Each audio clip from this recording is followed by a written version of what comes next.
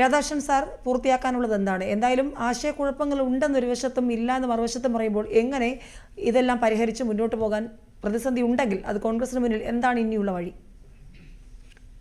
നോക്കൂ, അഡ്വക്കേറ്റ് അഖിലാണെങ്കിലും ഗോകുലാണെങ്കിലും പറഞ്ഞ കാര്യങ്ങളെല്ലാം സത്യമായിരിക്കട്ടെ, അവര് പറഞ്ഞ കാര്യം തന്നെ സംഭവിക്കട്ടെ, ആ രീതിയിൽ തന്നെ ആയത്തെ കാര്യങ്ങൾ എന്ന് ആശംസിക്കുക അല്ലെങ്കിൽ ആഗ്രഹിക്കുകയാണ് ഞാൻ ചെയ്യുന്നത്. ആ കാര്യത്തിൽ നമ്മൾ കൂടുതൽ പറയേണ്ട കാര്യമില്ല, കാരണം നമുക്ക് എല്ലാം നമ്മൾ കാണുന്നതാണ്.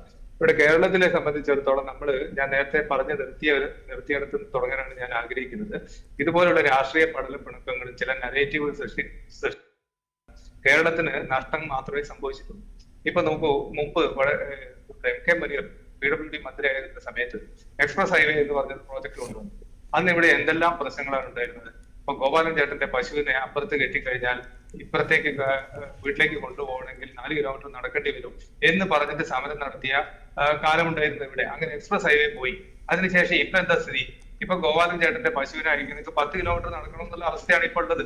അത് ഒരിക്കലും അതൊരു മോശം കാര്യമാണെന്ന് ഞാൻ വിചാരിക്കുന്നില്ല. നാഷണൽ ഹൈവേ വന്നതിന്റെ ഗുണം അനുഭവിക്കുന്ന ഒരാളാണ് ഞാൻ. അപ്പൊ അതുകൊണ്ട് തന്നെ നമ്മളെല്ലാം ജനങ്ങളെല്ലാം സന്തോഷത്തോടു കൂടി എന്തെങ്കിലും അസൗകര്യം ഉണ്ടെങ്കിൽ തന്നെ സഹായിക്കാൻ തയ്യാറായി നിൽക്കുകയാണ്. അപ്പൊ ഈ പ്രോജക്ട് ഇത്രയും കാലം അല്ലെങ്കിൽ ഇതുപോലുള്ള ഒരു ഡെവലപ്മെന്റ് ഇത്രയും കാലം വൈകാൻ എന്താണ് കാരണം?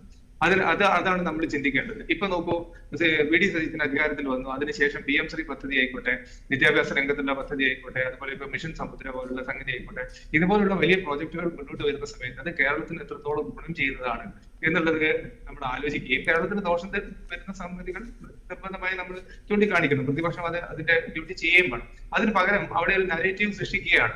ഇപ്പൊ എന്താ വെച്ചാൽ BJP-യുമായ അണ്ടർസ്റ്റാൻഡിംഗ് ആണ്. അതുകൊണ്ട് മോഡി പറഞ്ഞതനുസരിച്ച് VD സതീശൻ ചെയ്യൂ എന്നൊരു നരേറ്റീവാണ്. അത് ശക്തമായ ആ നരേറ്റീവ് ഇറക്കുമ്പോഴുള്ള പ്രശ്നം എന്താ വെച്ചാൽ പിന്നെ VD സതീശന് ഈ കേരളത്തിലെ ഒരു സാമൂഹിക സാഹചര്യത്തിൽ മുന്നോട്ട് പോകണമെങ്കിൽ അല്പം ബുദ്ധിമുട്ട് വരുന്ന ഒരു സാഹചര്യം വരും. അദ്ദേഹം പിന്നോട്ട് പോയേക്കാം എന്ന് ഞാൻ പറയുന്നുള്ളൂ. അപ്പൊ അങ്ങനെ പോകുന്ന സമയത്ത് നഷ്ടം ആർക്കാണ്? അൾട്ടിമേറ്റ്ലി നഷ്ടം എന്ന് പറയുന്നത് ഇവിടുത്തെ കേരളത്തിലെ സാധാരണ ജനങ്ങൾക്കാണ്. നമ്മുടെ ഡെവലപ്മെന്റിനെ തുരങ്കം വെക്കുന്ന രീതിയിലുള്ള അമിത രാഷ്ട്രീയവൽക്കരണം ഉപേക്ഷിക്കുക. ശരി സാർ, സമയക്കുറവുണ്ട്, ഇടപെടുകയാണ് സാർ. രാഷ്ട്രീയ പ്രവർത്തകരും അത്തരത്തിൽ ചിന്തിക്കണമെന്നാണ് എനിക്ക് ഒരു വളരെയധികം സാധാരണക്കാരൻ എന്ന നിലയ്ക്ക് പറയാം. വ്യക്തമാണ്.